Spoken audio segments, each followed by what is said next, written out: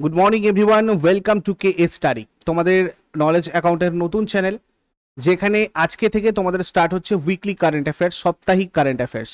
প্রত্যেক সপ্তাহে তোমরা শনিবার সকাল 7টার সময় এটা পাবে, 7 PM স্যাটারডে, এভরি স্যাটারডে। তোমাদের নতুন যারা যারা রয়েছে তোমাদের মধ্যে সবাইকে বলে রাখি, প্রতিদিন সকাল 6টার সময় ডেইলি কারেন্ট অ্যাফেয়ার্স তোমাদের প্রোভাইড করা হয় নলেজ অ্যাকাউন্টের মেইন চ্যানেলে, এবং এটা তোমাদের নলেজ অ্যাকাউন্টের সেকেন্ডারি একটা চ্যানেল, যেখানে তোমাদের আরও ক্লাস করানোর জন্য এই চ্যানেলটাকে স্টার্ট করা হয়েছে। তো এই কারেন্ট অ্যাফেয়ার্সগুলো তোমাদের 20 মার্চ থেকে 27 মার্চের মধ্যে কারেন্ট অ্যাফেয়ার্স রয়েছে, সেরা বাছাই করা কারেন্ট অ্যাফেয়ার্স, প্রত্যেকটা কম্পিটিটিভ পরীক্ষার জন্যই গুরুত্বপূর্ণ। যারা যারা নতুন রয়েছে তাদেরকে আমি ফ্রি ক্লাসের শিডিউলটাও আর একবার বলে দিই।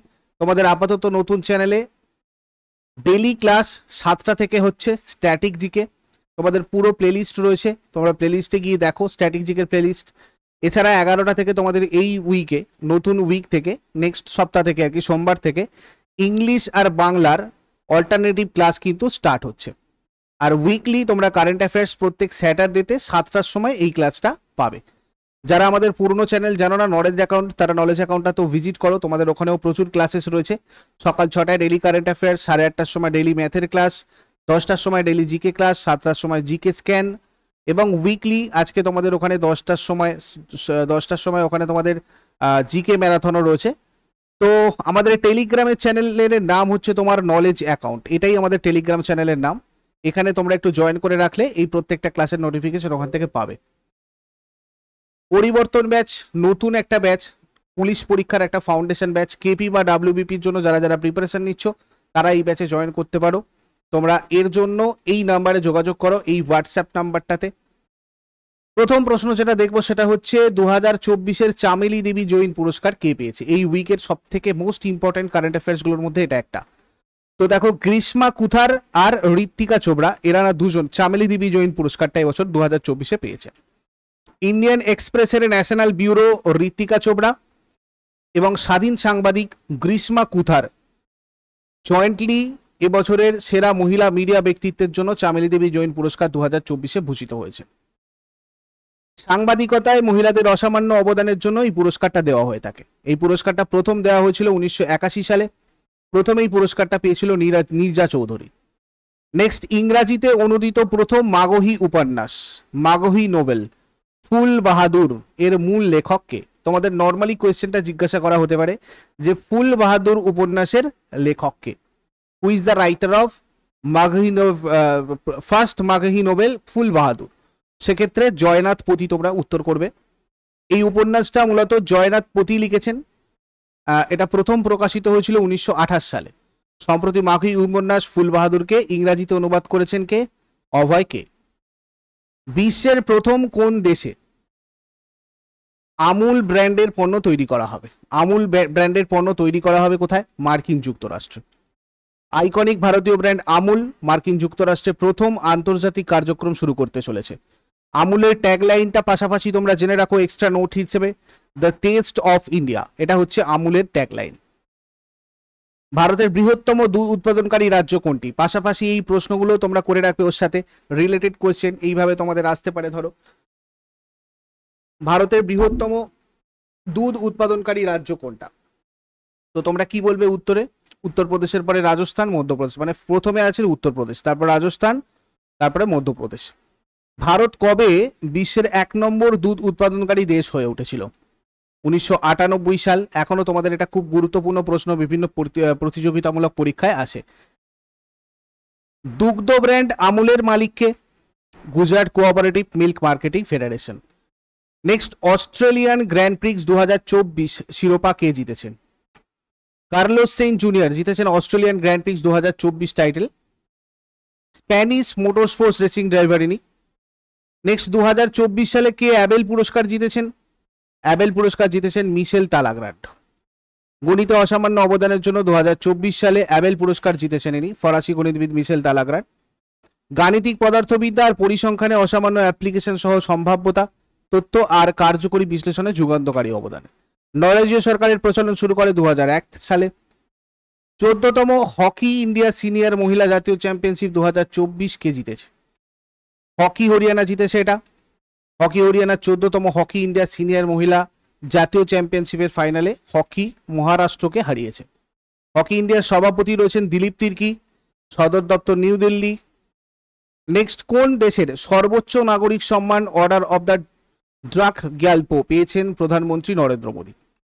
ভুটানের এটা সর্বোচ্চ নাগরিক সম্মান order of the Druk Gyalpo, যেটা পেয়েছেন আমাদের প্রাইম মিনিস্টার নরেন্দ্র মোদী। ভারত ভুটান সম্পর্কের উন্নতিতে অবদান রাখার জন্য আর ভুটানি জাতি আর জনগণের প্রতি তার বিশিষ্ট সেবার জন্য প্রধানমন্ত্রী নরেন্দ্র মোদীকে order of the Druk Gyalpo প্রদান করা হয়েছে। Order of the Druk Gyalpo award Bhutan সরকার কর্তৃক প্রবর্তিত সর্বোচ্চ বেসামরিক পুরস্কার।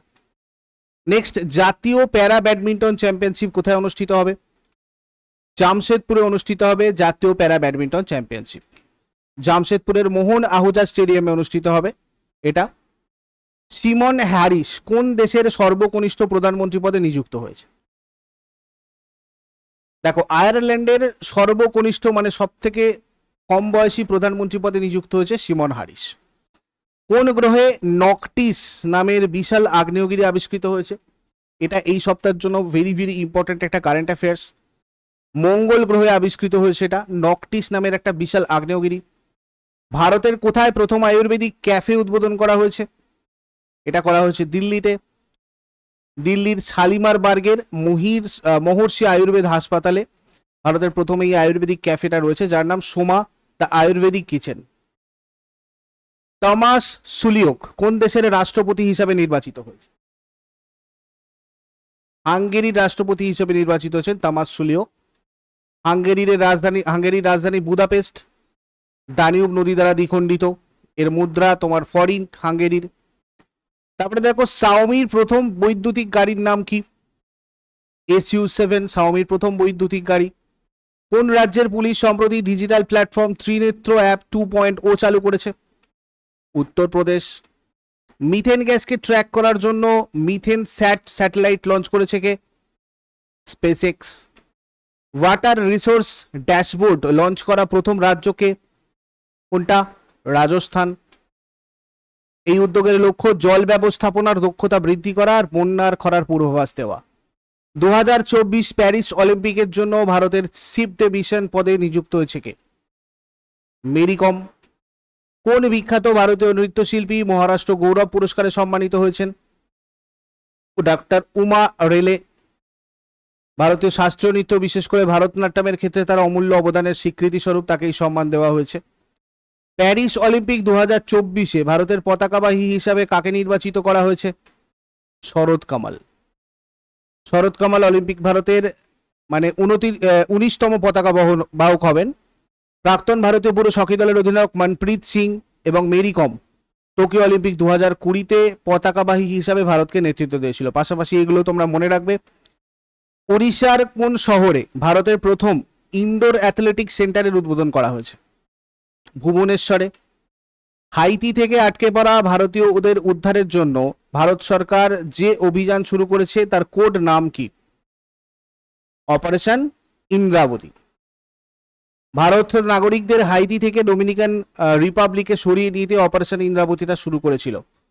ইন্ডিয়ান ব্যাংক অ্যাসোসিয়েশন এর চেয়ারম্যান পদে কে নিযুক্ত হয়েছেন? MV রাও ইন্ডিয়ান ব্যাংক অ্যাসোসিয়েশনের চেয়ারম্যান পদে নিযুক্ত হয়েছেন।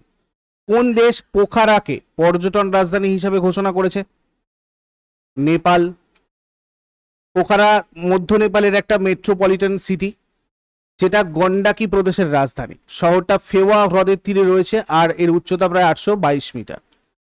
কোন সঙ্গীত শিল্পী 2024 সঙ্গীত কলানিধি অ্যাওয়ার্ডে সম্মানিত হয়েছে? থুদুর মাদবুসি কৃষ্ণ 2024 সঙ্গীত কলানিধি অ্যাওয়ার্ড পেয়েছেন। এই সঙ্গীত কলানিধি হচ্ছে মাদ্রাজ মিউজিক একাডেমি কর্তৃক বার্ষিক একটা কর্ণাটকী সঙ্গীতজ্ঞকে দেওয়া উপাধি। তারপরে কোন নৃত্যশিল্পী 2024 সালের জন্য নৃত্য কলানিধি পুরস্কারে ভূষিত হয়েছেন? নীনা প্রসাদ, যিনি একজন ভারতীয় নৃত্যশিল্পী এবং মোহিনীঅট্টম নৃত্যের সাথে জড়িত। প্রবো সুবিয়ান্টো কোন দেশের নতুন রাষ্ট্রপতি পদে নির্বাচিত হয়েছেন? ইন্দোনেশিয়া। ইন্দোনেশিয়ার রাজধানী জাকার্তা, মুদ্রা রুপিয়া। পশ্চিমবঙ্গের রাজ্য পুলিশের ডিরেক্টর জেনারেল পদে কে নিযুক্ত হয়েছেন? সঞ্জয় মুখোপাধ্যায়। কে ইন্ডিয়ান স্টিল অ্যাসোসিয়েশনের সভাপতির দায়িত্ব নিয়েছেন? নবীন জিন্দাল। ওয়ার্ল্ড হ্যাপিনেস রিপোর্ট 2024-এ ভারতের স্থান কত? 126। 143টা দেশের মধ্যেই ইন্ডেক্সটা পাবলিশ হয়। ওয়ার্ল্ড হ্যাপিনেস রিপোর্ট 2024টা রিলিজ করে, মানে অ্যাকচুয়ালি এই ওয়ার্ল্ড হ্যাপিনেস রিপোর্টটাকে রিলিজ করে United Nations. Top rank country হচ্ছে ফার্স্ট ফিনল্যান্ড, তারপরে ডেনমার্ক, তারপরে আইসল্যান্ড। তেলেঙ্গানার রাজ্যপাল আর পুদুচেরির লেফটেন্যান্ট গভর্নরের অতিরিক্ত দায়িত্বভার কে গ্রহণ করেছেন? ভেরি ভেরি ইম্পর্টেন্ট, তোমাদেরকে আপডেট করতে হবে। রাজ্যপাল আর মানে গভর্নর আর হচ্ছে তোমার লেফটেন্যান্ট গভর্নরের লিস্ট থেকে এখানে আমাদের সিপি রাধাকৃষ্ণন তেলেঙ্গানার রাজ্যপাল আর পুদুচেরির লেফটেন্যান্ট গভর্নরের অতিরিক্ত দায়িত্বভার গ্রহণ করেছেন।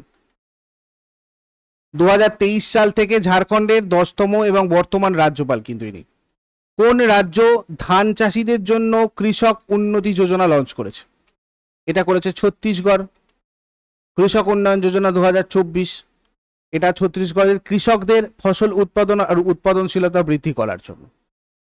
এর লক্ষ্য রাজ্যে ধান চাষকে বাড়ানো। 2023 সরস্বতী সম্মান পুরস্কার কে পেতে চলেছেন? Very very important, very very important. Prabha Verma 2023-এ সরস্বতী সম্মান পুরস্কার পাচ্ছেন। কে কে বিড়লা ফাউন্ডেশন এই সরস্বতী সম্মানটা দিয়ে থাকে?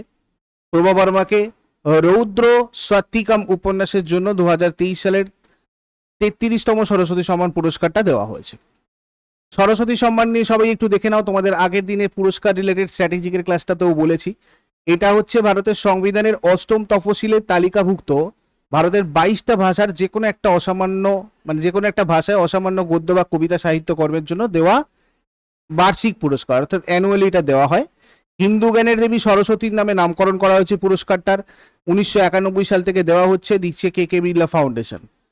পুরস্কার মূল্য হিসাবে দেওয়া হয় 15 লাখ টাকা, আর একটা উদ্ধৃতি, তার সাথে একটা মোমেন্টো বা ফলক। প্রথম দেওয়া হয়েছিল 1991 সালে। প্রথম পেয়েছিলেন হরিবংশ রায় বচ্চন তার আত্মজীবনীমূলক বই অটোগ্রাফি ইন 4 ভলিউমসের জন্য, যিনি একজন হিন্দি কবি ছিলেন। নেক্সট, ভারতের কোন শহর বিশ্বের সবচেয়ে দূষিত মেট্রোপলিটন শহরের তকমা পেয়েছে? বেগুসরাই সবচেয়ে দূষিত মেট্রোপলিটন শহরের তকমা পেয়েছে। বিহারের বেগুসরাই বিশ্বের সবচেয়ে দূষিত মেট্রোপলিটন শহরের তকমা পেয়েছে, এটা মনে রাখবে ভালো করে। আর সুইস সংস্থা IQ এয়ার দ্বারা প্রকাশিত ওয়ার্ল্ড এয়ার কোয়ালিটি রিপোর্ট 2023 অনুযায়ী, এটা লাস্ট রিপোর্ট অনুযায়ী এটা জানা গেছে যে নিউ দিল্লি 2018 সাল থেকে টানা 4র্থ বছরে বিশ্বের সবচেয়ে দূষিত রাজধানী শহর। বাংলাদেশ আর পাকিস্তানের পরে ভারত বায়ুর গুণমানের দিক থেকে 3য় স্থানে আছে। কোন রাজ্য সরকার ইন্দিরাম্মা ইন্দুলু চালু করেছে? ইন্দিরাম্মা ইন্দুলু এটা রিসেন্টলি চালু করেছে তেলেঙ্গানা।